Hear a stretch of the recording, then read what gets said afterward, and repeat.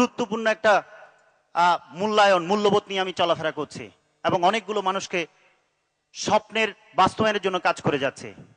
আজকে দিনটা আমার জন্য খুবই গুরুত্বপূর্ণ এই কারণে, আজকে শুধুমাত্র অর্থনৈতিকভাবে স্বাধীন শুধুমাত্র আমি নই, আমি যাদেরকে স্পন্সর করেছিলাম এক সময়, বিশেষ করে আজকের সেলিব্রিটি, 4 জন সেলিব্রিটির মধ্যে একজন সেলিব্রিটি সুবোধ চন্দ্র রায়, উনি আমার আপন বোনের হাজবেন্ড।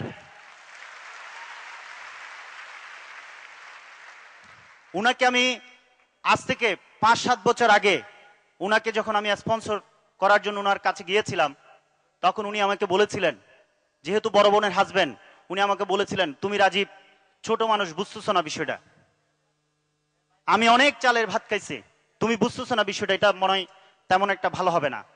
তখন উনাকে ওই কথাগুলো শোনার পর আমি উনাকে বলেছিলাম, আপনি অনেক চালের ভাত খাইতে পারেন, কিন্তু এই চালের ভাত এখনো পর্যন্ত আপনি খান নাই।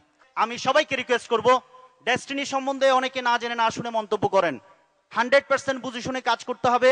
আমাদের সকল বিষয়গুলো আমাদের ডেস্টিনি সেলস ট্রেনিং সেন্টারের যে ক্যাম্পাস আছে, সেই ক্যাম্পাসে আমাদের প্রতিনিয়ত আমাদের ট্রেনিং সেমিনারগুলো হয়ে থাকেন।